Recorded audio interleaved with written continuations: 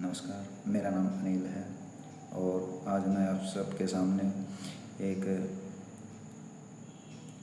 उस शख्स की दास्तान रखने आया हूँ जो इस धरती पर सबसे बड़ा कर्मयोगी है। न तो वो अखबारों की सुर्खियों में आता है और न ही टीवी की बहसों में, लेकिन उसे बिना न शहर के चूल्हा जलता है न ही गांव की चौपाल सजती है। वह है हमारा किसान। धरती की छाती चीर कर जो अन्न उगाए, पसीने से मिट्टी को सींच कर जो सोना बनाए, वही किसान कहलाए। लेकिन विडंबना देखिए, जिसे हम अन्नदाता कहते हैं वही आज सबसे ज़्यादा भूखा है, सबसे ज़्यादा कर्ज में डूबा हुआ है और सबसे ज़्यादा बेबस है। जो किसान की सुबह है सूरज उगने से पहले होती है और जब हम और आप गहरी नींद में सो रहे होते हैं तब वह अपने कंधे पर हल रखकर खेत की ओर निकल पड़ता है। सर्दियों की ठिठुरन हो या गर्मियों की तपिश, उसके लिए मौसम की मार कोई नई बात नहीं है। उसका शरीर मिट्टी से जुड़ा हुआ है। वह खेत में कदम रखते हुए मन ही मन कहता है, हे धरती माता, आज भी मेरा पसीना व्यर्थ न जाए। जब बुआई का समय आता है तो उसके सामने सबसे बड़ी चुनौती होती है पैसों की। बीज चाहिए, खाद चाहिए, कीटनाशक चाहिए, मजदूर चाहिए, लेकिन जेब बिल्कुल खाली। मजदूरी में वह साहूकार के पास जाता है। साहूकार उसे बीज तो दे देता है, लेकिन साथ में वो देता है ब्याज का एक ऐसा बीज जो किसान की ज़िंदगी में कांटों से भर देता है। ब्याज का यह बोझ इतना भारी होता है कि सालों साल मेहनत करने के बाद भी वह ख़त्म नहीं होता। किसान की हालत ऐसी हो जाती है, वह खेत में पसीना तो बहाता है लेकिन मन में डर बैठा रहता है, अगर फसल खराब हो गई तो क्या होगा। किसान खेत जोतता है, बैलों को हाँकता है, दिन भर धूप में जलता है और उसके हाथ छालों से भर जाते हैं, पैर फट जाते हैं, पीठ झुक जाती है, लेकिन वह रुकता नहीं। उसकी पत्नी खेत में उसके साथ बीज डालती है। छोटे छोटे बच्चे पानी लाने का काम करते हैं। पूरा परिवार मेहनत में लगा रहता है, लेकिन यह मेहनत पूरी तरह मौसम पर निर्भर है। अगर समय पर बारिश ना हो, बीज सूख जाते हैं। अगर ज़्यादा बारिश हो तो पौधे गल जाते हैं। कभी कीट पतंगे पूरे खेत को चट कर जाती है। सज्जनों, ज़रा सोचियो, इसमें कोई एक इम्तिहान की चिंता में रात भर सो नहीं पाता, लेकिन किसान हर दिन हर पल इसी चिंता में जीता है।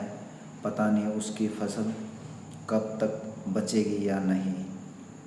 खेती की मुश्किलें एक तरफ, घर की जिम्मेवारियां दूसरी तरफ। किसान के घर में बूढ़े माँ बाप हैं जिसमें दवाइयों की ज़रूरत है, बच्चे होते हैं और आंखों में पढ़ाई के सपने। पत्नी होती है जो आधा पेट खाकर भी परिवार का चूल्हा जलाती है। कई बार हालत ऐसी हो जाती है कि घर में अनाज ख़त्म हो जाता है। उस वक्त किसान अपनी पत्नी से कहता है, आज थोड़ा सब्र कर लो, कल खेती से निकालूंगा तो सब ठीक हो जाएगा। लेकिन वह कल कभी नहीं आता।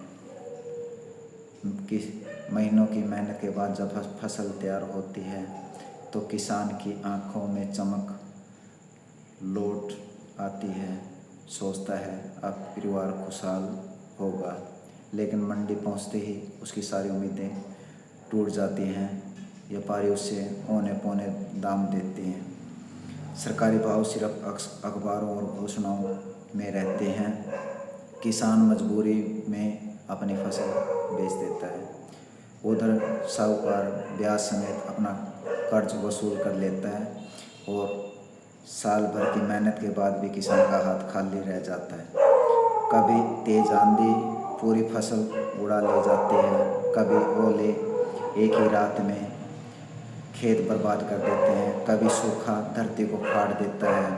किसान की हालत ऐसी हो जाती है कि वह खेत की जो ड्योढ़ होती है, जिसको मेड़ बोलते हैं, मेड़ पर खड़ा होकर आसमान की ओर देखता है और कहता है, हे भगवान, आखिर मेरा क्या कसूर है।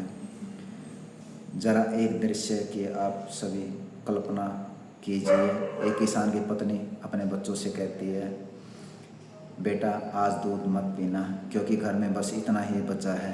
तुम्हारे पिता खेत से लौटकर पी सके, वे थके हुए होंगे। और वही बच्चा अपनी माँ से कहता है, अम्मा पिताजी को दे दो, मुझे नहीं चाहिए। यह कोई नई कहानी नहीं है, बल्कि लाखों किसानों के घर का सच है। कई बार यह बोझ इतना बढ़ जाता है कि किसान टूट जाता है। कर्ज का पहाड़, मौसम की मार और मंडियों की लूट, और अंत में किसान उस रास्ते पर चला जाता है जिसका नाम सुनकर ही दिल कांप जाता है, आत्महत्या। देश में हर साल हजारों किसान अपनी जान दे देते हैं। यह सिर्फ एक परिवार की हानि नहीं है, पूरे देश की आत्मा की चोट है। किसान केवल खेत का मालिक नहीं, देश की रीढ़ की हड्डी भी है। जब खेत हरे भरे होते हैं तो शहरों में रौनक होती है। जब किसान मुस्कुराता है तो देश मुस्कुराता है। अगर किसान टूट गया तो देश कैसे बचेगा। किसान का संघर्ष केवल उसका निजी संघर्ष नहीं, पूरे देश की जिम्मेवारी है। किसानों को हमें ये देखना चाहिए, हम सभी को, कि उसको उसकी मेहनत का सही दाम मिले, उसके कर्ज की मुक्ति दिलाई जाए, मौसम की मार के बचाव के उपाय किए जाएं, और सबसे बढ़कर उसे सम्मान दिया जाए, क्योंकि किसान केवल अन्नदाता नहीं है बल्कि जीवनदाता भी है।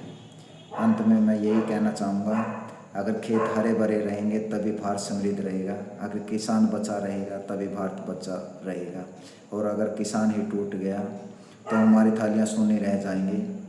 और हम सब मिलकर ये प्रण करना चाहिए कि हम किसान की आवाज़ को दबने नहीं देंगे।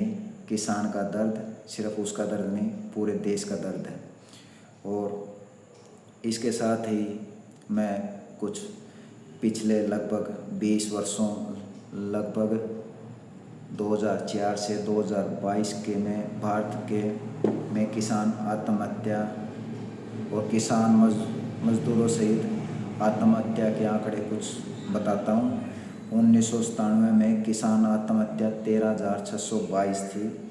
2004 में ये बढ़ के 18,241, जो कि सबसे अधिक थी। यह डेटा पूरे 1997 से 2012 की अवधि को कवर करता है, जिसमें वर्ष विस्तार के आंकड़े इस तरह हैं।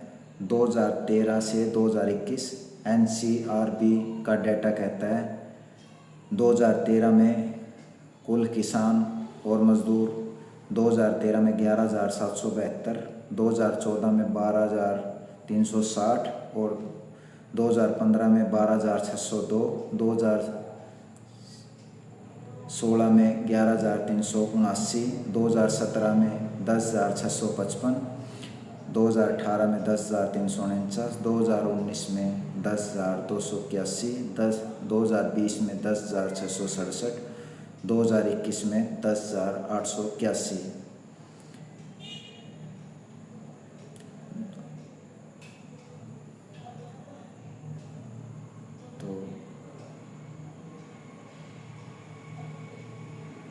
तो ये कुछ आंकड़े थे जो मैंने आपके सामने रखे।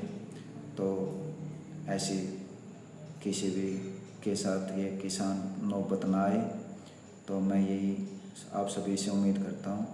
किसान, कोई भी किसान ने हालत में हो, कोई भी दुकानदार हो या कोई भी हो, उसको ऐसे वैसे रेट पे कोई घटिया चीज़ न थमाएं, उसको अच्छी चीज़ दें और जिसका वो हकदार है, क्योंकि वो फसल बोते वक्त कभी भेदभाव नहीं करता। और इसके साथ ही मैं अपनी बात का समापन करता हूँ और सभी दर्शकों का धन्यवाद करता हूँ जो मेरी बात को इतनी गौर से सुना। तो सभी को मेरी तरफ से नमस्कार।